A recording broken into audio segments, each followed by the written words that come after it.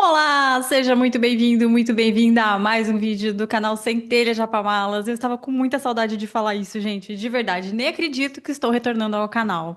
Retorno ao canal para falar sobre consciência. Hoje eu quero falar com vocês sobre consciência e expansão da consciência. Se você está aqui neste canal que fala sobre japamalas e autoconhecimento, você provavelmente já ouviu essa palavra, essa expressão, expandir a consciência. Será que você precisa expandir a consciência? O que é, afinal de contas, a expansão da consciência? Fica aqui que a gente vai descobrir juntos e juntas. Ou não, né? Ou talvez a gente só se pergunte um pouquinho mais. Vamos lá. Expansão da consciência. Gente, quando vocês ouvem a palavra expansão, o que que vem à mente? Uma ampliação, algo que se expande, que cresce, que aumenta os seus limites, que vai ali distanciando as fronteiras, distanciando muitas vezes do próprio centro. Vocês já ouviram falar que o universo está em expansão? Então, em algum momento algo começou uma expansão, então tem um centro que está se expandindo, certo? Nesse sentido, a expansão, ela está bastante relacionada nessa palavra a essa questão territorial, né? De aumentar os limites. Hoje eu vou trazer a perspectiva da psicologia analítica junguiana. Então, para você que não me conhece, já deixa eu me apresentar. Meu nome é Mirielle Alvarenga, eu sou analista junguiana e sou a idealizadora deste canal aqui, Centelha Japamalas. E hoje eu quero trazer um olhar da psicologia analítica, que é a psicologia profunda de Carl Gustav Jung, para falar um pouquinho de expansão da consciência. Para o Jung, gente, tudo que a gente vai incluindo a consciência tem origem no inconsciente. Então, digamos que a gente tem a consciência, a gente tem o inconsciente, e essa consciência, ela vai, digamos assim, ser ampliada a partir da integração de conteúdos do inconsciente à consciência. E quais conteúdos são esses? Conteúdos inconscientes são todos aqueles conteúdos dos quais a gente não tem consciência, ou seja, não passa nem perto da sua percepção. E quando é que eu me torno consciente de algo?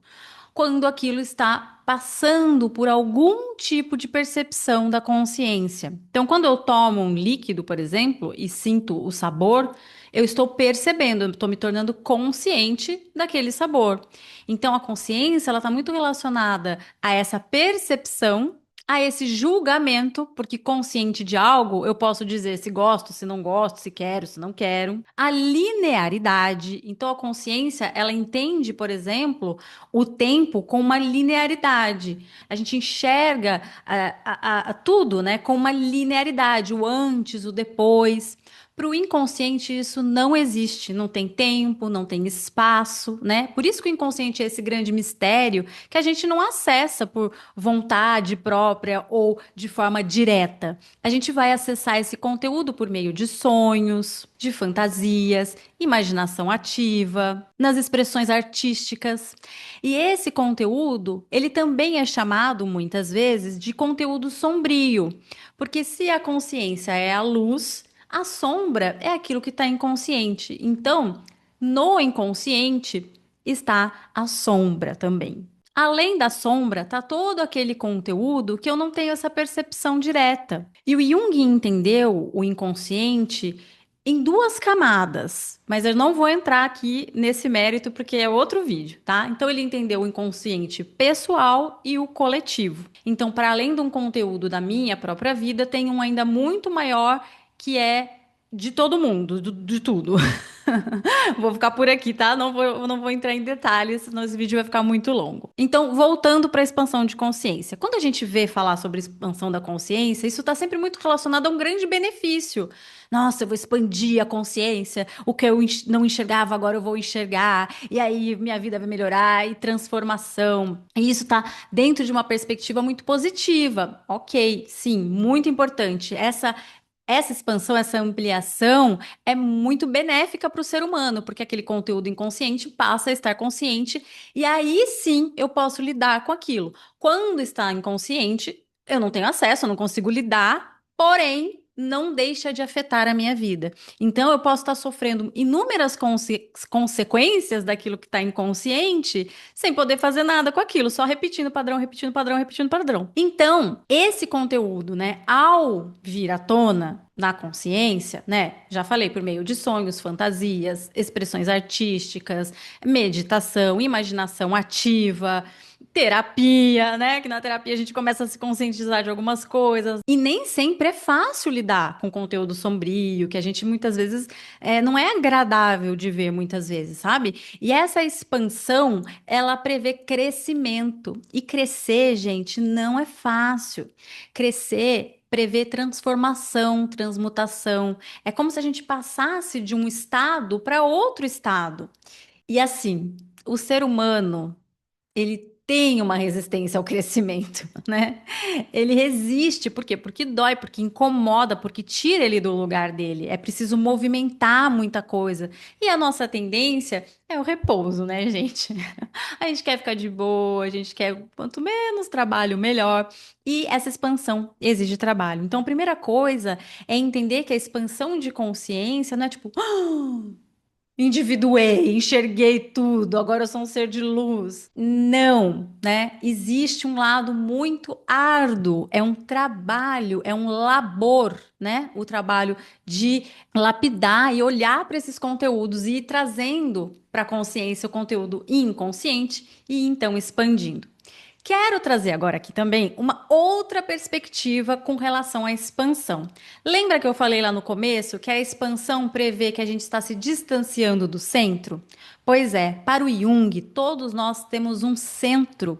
A psique tem um centro, a psique total, mas cada um de nós também tem um centro chamado self, que serve como um atrator. Então, toda vez que você está indo para muito longe do seu caminho, da sua essência, do que você veio para ser, esse self, esse centro, ele te puxa de volta. É o self, por exemplo, que envia as mensagens dos sonhos. E aí, se a gente vai entrar em contato, se a gente vai ampliar, se a gente vai querer olhar para aquilo, se a gente vai, se a gente vai lidar com aquilo, aí já são outros 500. Mas a mensagem tá vindo, a mensagem tá vindo, a mensagem tá vindo. Então, será que é distanciar mesmo do centro que a gente precisa? Para o Jung, o caminho do ser humano, né, o caminho de desenvolvimento da personalidade, né, da realização, da autorrealização, da completude, é justamente a gente agir, né, no mundo e ser quem a gente é, sempre com referência nesse centro. Então, gente, a expansão de consciência, sim, ela é maravilhosa. Ela vai fazer com que a gente veja o mundo de formas diferentes, e isso vai possibilitar que a gente se realize de diferentes formas e vá se diferenciando e entendendo quem a gente realmente é. Mas essa referência, ela precisa ser central, ela precisa ser dentro, né? Ela precisa sempre voltar para o centro. Eu gosto muito daquela imagem da roda da fortuna. Não sei se vocês já viram essa carta de tarô, mas tenham em mente uma roda de carroça. Ela gira, então cada hora a gente está num momento, e esses momentos, né, são os altos e baixos da nossa vida. Então, uma hora a gente está lá em cima, de repente a gente está numa queda, e uma hora a gente está lá embaixo, tipo, meu, o que está acontecendo? E de repente a gente começa de novo a ter compreensões, a sacar coisas e volta lá para cima. Então, esses são ciclos, né? Esses ciclos que acontecem com a gente, quanto mais distante a gente está do centro, mais vertiginoso vai ser. Então, a referência para que essa roda gire é central. Sem um eixo, a gente não nem roda. A consciência, ela tá hipervalorizada nos dias de hoje. A gente valoriza só o que é luz, só o que é positivo, só o que tem razão, né? Só o que vai para cima, para frente. E o inconsciente, ele puxa para o lado oposto sempre. Então, a gente precisa considerar a oposição. Então, se eu quero expandir, se eu quero ir cada vez mais para fora, eu preciso ir para dentro também. Dentro é uma referência tão importante quanto fora. Não é nem supervalorizar a consciência, nem supervalorizar o inconsciente. É uma comunicação que a gente precisa estabelecer. Então, esse discurso do mais, do mais, do mais, do ir para frente, do ganhar mais, do conquistar, né? A expansão tem a ver com isso, né? Conquista, aumentar o território. Mas espera aí, para quê que eu estou expandindo? Esse para quê é o momento em que a gente vai voltar essa referência lá para dentro e entender esse movimento, né? Senão fica um movimento pelo movimento, fica a expansão pela expansão. E o ser? E a essência? E a alma? Onde que fica, né? A alma, ela não é do mundo. A epidemia que a gente vive é uma epidemia da consciência. Eu posso, eu consigo, eu vou, eu faço, tudo eu, tudo a pessoa sozinha, todo mundo pode tudo, é um poder absoluto, né? E o amor, né? O Jung já dizia que na presença do poder não tem amor. E quando tem amor, não tem poder. Os dois parece que não podem coexistir. Então, é sobre isso que eu queria falar hoje, porque a expansão da consciência, né? É importante entender que esses elementos vão sendo integrados. Então, eu preciso de uma prontidão para olhar para isso que vem. Quando eu saco que eu estava num padrão repetitivo ali e que isso tinha a ver com algo em mim, não era só fora, né? Tinha algo em mim que estava pedindo para ser transformado, mudado, para que agora eu lide de outra forma com aquilo, né? Então é um olhar para dentro também, né? Então essa expansão, ela requer essa integração de conteúdos que nem sempre é fácil, né? Que gera essa resistência, que é preciso quebrar essa resistência e que não é só para fora.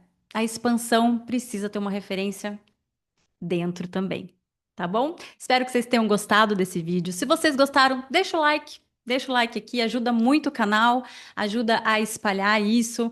O YouTube entende que é um bom conteúdo e indica para mais pessoas também. Se inscreva no canal, ativa o sininho se você quiser receber as novas notificações.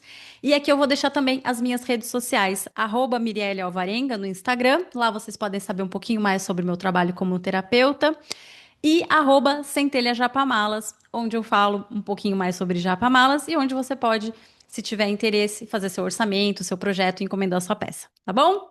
Um beijo e até o próximo. Tchau, tchau.